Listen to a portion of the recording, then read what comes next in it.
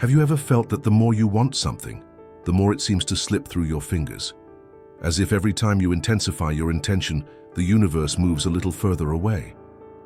Maybe it's in love, money, or an opportunity that never comes. You follow all the steps you've heard about, you visualize, you affirm, you think about it, but deep down, it seems like nothing is moving, and the most frustrating thing is to feel like you're doing everything right, but the results just won't show up. That's exactly where the blind spot of most people who seek conscious manifestation lies. The excess of wanting, the weight of expectation, the urgency disguised as focus. What if I told you that what's blocking you isn't a lack of effort, it's an excess of attachment? What if what you want just hasn't arrived because you're wanting too much? This channel is not just about stories, it's about hidden codes that are behind the reality you live in. And perhaps without realizing it, you have been trying to decipher them for years. Here, each case is a key, a clue, a mirror of what you may also be experiencing. Today, what you are about to hear seems impossible. But when you understand the universal laws, the impossible becomes just misunderstood. The story you're going to learn today is about an ordinary woman who, without knowing it, was fighting a silent battle against her own vibration. A woman who wanted a lot, desired intensely, and did everything she could to manifest what she dreamed of. But life only gave her the opposite: delay, frustration, absence, until she did something simple, almost involuntary. And then, everything started to change. But not in the way she expected. You probably see yourself in it. You've probably already experienced this tension between what you want and what happens. This anguish of trying hard to vibrate right, while reality insists on vibrating wrong. It's like screaming in silence and feeling like the universe isn't listening. But maybe it is listening. It's just that it doesn't respond to what you say. It responds to what you say given. This story will move you. It will provoke your certainties. It will make you rethink what it really means to let go. And that's why it's essential that you follow it until the end. Every detail, every little twist, carries a vibrational key that can open doors within you. If you ever feel like you're trying too hard, write in the comments, "I know how it is." Let's create a space together where this pain isn't carried alone. And if this beginning has already made something inside you move, leave a like now. Subscribe to the channel, because what you're going to discover today could be exactly what was missing for everything to finally start coming. The first thing we need to understand is that the universe does not respond to our desires in the way we think it does. It does not act like a spiritual waiter writing down everything you ask for in your affirmation notebook. It is also not impressed by how much you want something. It does not matter if you say, "I really want this," with tears in your eyes. The language of the universe is not verbal nor rational. The language of the universe is vibrational. It does not listen to words, it feels the frequency. And that is why so many people, even when doing everything right, continue to attract exactly what they most wanted to avoid. There is a point where conscious manifestation becomes confused with disguised control. And that is where the blockage arises. Because when you desire something very intensely, what you are emitting is not desire. It is need. It is lack. It is the energetic confirmation that it is not yet yours. On the outside, you say, "I want love." On the inside, what you are vibrating is, "I don't have it." On the outside, you repeat, "I am prosperous." On the inside, you pulse, "That is still far away." And the universe, which reflects not what you say, but what you vibrate, returns more of the same scarcity. You don't attract what you want. You attract what you are. And when your field vibrates with desperation, urgency, need, the message is clear. This is still absent. That is why it remains absent. It's like trying to hold water in your hands. The tighter you squeeze, the more it slips through your fingers. Control breeds resistance, anxiety blocks the flow. There comes a time when you need to trust the process more than the tools. Letting go of desire isn't about giving up on it. It's about maturing the frequency. It's about understanding that the apple only falls from the tree when it's ready. And no matter how hard you pull, if it's not ripe, it won't let go. This is where many people get lost, because they confuse detachment with disinterest. They think that letting go is abandonment. But true detachment is not about stopping wanting. It is about stopping depending. It is when desire stops being a cry and becomes a seed. You plant it, you take care of it, but you don't dig the ground every day to see if it is growing. You trust, you vibrate as if it were already done, even before it appears. And this is the secret that almost no one tells you. That most manifestation techniques fail not because they are wrong, but because they are used with the wrong energy. Many people affirm with their lips, but deny with their hearts. They visualize with their bodies tense. They meditate, but in a hurry to see results. Every technique becomes an attempt at control and not an expression of confidence. And when you try to control, you block. When you force, you paralyze. When you despair of seeing, you distance yourself from living. Because the vibration of wanting too much is, in fact, the vibration of absence. And as long as you are trying to pull the apple, it will not fall. And that was exactly what Lauren, the character in our story, had to experience firsthand, until she understood the difference between wanting and vibrating as if it already were. The biggest mistake many people make when they hear the word detachment is thinking that it means giving up, being indifferent or cold. But true detachment is far from that. It has nothing to do with not caring. In fact, it's the opposite. It's when you care so much about your own peace, your own vibration, that you choose to let go of that which is draining your energy. Detachment isn't about stopping wanting something. It's about stopping suffering because you don't have it yet. It's when you truly understand that you no longer need to prove anything to the universe, because you already are what you desire, even before you see it. Letting go is not giving up. It is allowing. It is getting out of the way. It is trusting that life knows how to bring what is yours without you having to control each step. It is vibrating as if you have already arrived, even while you are still walking. This is the difference between someone who manifests through faith and someone who begs out of fear.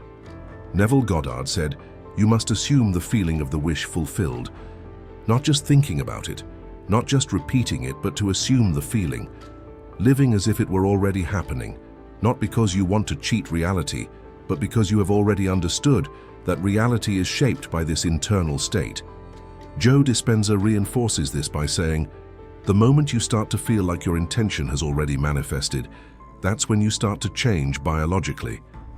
This means that your body, mind, and energy need to be living what has not yet arrived, as if it already has. And that's the most challenging part, because the world has taught you that you can only feel after something happens, but the universal laws operate in the opposite direction. It's when you feel before that the event manifests itself. That's why life seems to work backwards, because energetically it really does work. Detachment is that turning point. It is not the end of desire. It is the transition from desire to certainty. It is when wanting becomes being, when the dream stops being a distant hope and becomes a living frequency within you. And when this happens, the universe stops responding to your urgency and begins to reflect your peace. Buddhism talks a lot about this, about the end of suffering not being about eliminating desire, but about letting go of attachment to the outcome. Desiring is natural, but wanting something to happen in a specific way at the time you think is right is what causes pain. It's what generates anxiety, comparison, frustration. Letting go is about stopping thinking you know the best way. It's about allowing universal intelligence to guide you, even when you don't understand the movement. It took Lauren a while to realize this. She thought letting go was a sign of weakness, of surrender. But when she reached her limit, when she no longer had the strength to keep pushing, she gave in. Not by conscious choice, but out of exhaustion. And it was at that moment, right then, that something invisible began to change. Not outside, inside. And the universe began to hear a new frequency. Lauren was the kind of woman who always believed in love. From a very young age, my heart was full of hope and my eyes were on the future. But at the same time, she carried a silent wound, the fear of not being chosen. This fear didn't scream, it whispered in the details. I was there when she sent a message and waited anxiously for a response that never came.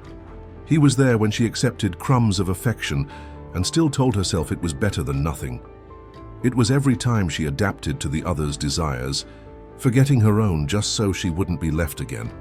She didn't realize it, but every time she tried to connect with someone, it wasn't love that vibrated in her field. It was emptiness. It was the, "I need to be validated to feel alive." It was the, "Please don't go even if I have to deny myself to do so." And the universe, which responds to vibration and not to words, returned the same pattern. Men who were not available, relationships where she always ran after them, stories that ended with her alone again. Lauren thought she was manifesting a relationship, but in reality she was vibrating abandonment. And it had been that way for years, until she reached the point of exhaustion. It wasn't a specific breakup or a major disappointment. It was just one day, in the silence of her own room, when she looked at herself in the mirror and felt a different kind of pain. It wasn't sadness, it was tiredness. A kind of tiredness that no longer allows for pretense. At that moment, something inside her just gave in. She didn't decide to let go like a technique. She just didn't have the strength to keep trying to prove that she deserved love. And for the first time in a long time, she turned her gaze to herself. She started to take care of her own wounds, not because that would attract someone, but because she couldn't stand abandoning herself anymore. She started to reclaim small parts of herself. She rediscovered forgotten hobbies. She found internal silence. She cried where before she would swallow hard. And little by little, she stopped looking. There was no resistance. There was no expectation. And so her vibrational field changed, without forcing, without controlling. What was once need became presence. What was once urgency became calm. And it was in this new state that reality began to reorganize itself. The most curious thing is that the people around her noticed first. They started saying that she was different, that she had a sparkle in her eyes. And without her even looking for it, different men started appearing. They weren't perfect, but they came with something new: reciprocity, respect, genuine interest. Lauren didn't need to chase after someone, and more than that, she no longer felt the need to chase. She had changed her mind, not for the other person, but for her. And the universe responded as it always does, with coherence. But the most powerful part was yet to come, because it wasn't just about attracting someone new.